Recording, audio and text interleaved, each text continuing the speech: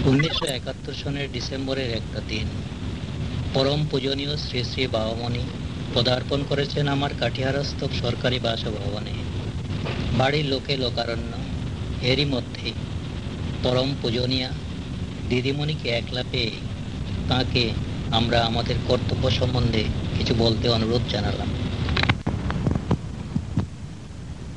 তোমাদের কর্তব্য কি তোমরা জানতে চাইছো? আমি আমার লক্ষ লক্ষ ভাইকে শুধু এই একটি মাত্র কথা বলছি যে তোমরা প্রকৃত গুরু ভক্ত হও। যে প্রকৃত ভক্ত হয় তার আপনা আপনি ত্যাগ স্পৃহা আসে অন্তরে। যার অন্তরে ত্যাগ আসে সে বড় কাজ করতে সমর্থ হয়। ত্যাগ ছাড়া বড় কাজ করা সম্ভব নয়। আজ তোমরা লক্ষ লক্ষ ভাই বোন রয়েছ, তোমাদের সকলের ভেতরে যদি আকাঙ্ক্ষা জাগে যে তোমরা মহৎ কাজ সুসম্পন্ন করবে, তাহলে অদূর ভবিষ্যতে তা করা অসম্ভব নয়। সুতরাং তোমাদের ভেতরে আসা দরকার ত্যাগ, তোমাদের ভেতরে আসা দরকার সাধনায় একনিষ্ঠ মনোবৃত্তি এবং গুরুভক্তি। এবং এই কয়টা জিনিস একটার সঙ্গে আরেকটা ওতপ্রোত ভাবে মিশ্রিত রয়েছে। মণ্ডলীর ভেতরে একতা নাই, প্রায় সর্বত্রই শুনতে পাই। এর দ্বারা কাদের যে কত ক্ষতি হচ্ছে বলবার নয়। অখণ্ড মণ্ডলী অর্থাৎ তোমরা খণ্ড থাকবে না। বাবা চাইছেন বিশ্বটাকে অখণ্ড করতে, একত্র করতে, মিলিত করতে। সেই জন্য বাবার সম্প্রদায়ের নাম হয়েছে অখণ্ড সম্প্রদায়।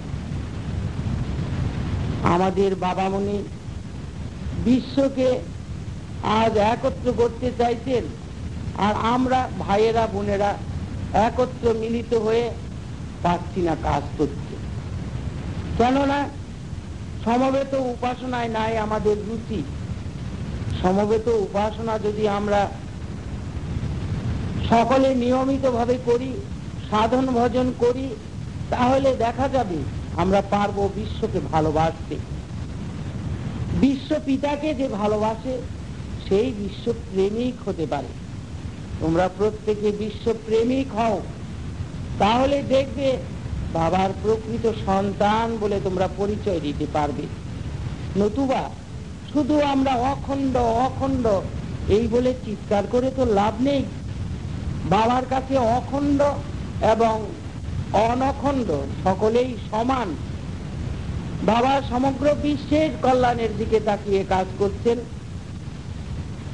বাবা শুধু তার সম্প্রদায়ের দিকে তাকিয়ে কাজ করছেন না, তার লেখনী সমগ্র বিশ্বের দিকে তাকিয়ে চলছে, তার ভাষণ সমগ্র বিশ্বের দিকে তাকিয়ে চলছে, তার সাধনা সমগ্র বিশ্বের দিকে তাকিয়ে চলছে। বাবামণি এক অদ্ভুত গুরু, অর্থাৎ এক কথায় বলতে গেলে বিশ্বগুরু। তার সন্তান আমরা আজ বিশ্বকে ভালোবাসবো, বিশ্বের কল্যাণের জন্য আমরা আত্মোৎসর্গ করব। বাবা বলেছেন জগতের সকল সম্প্রদায় আমার, আমি জগতের সকল সম্প্রদায়ের। বাবা বলেছেন একলা আমি মুক্ত হতে চাই না প্রাণনাথ, আমায় তুমি যুক্ত করো বিশ্বজনার সাথে। আমরা তাঁরই সন্তান, আমাদের ভেতরে কেন সেই গুণ আসবে না?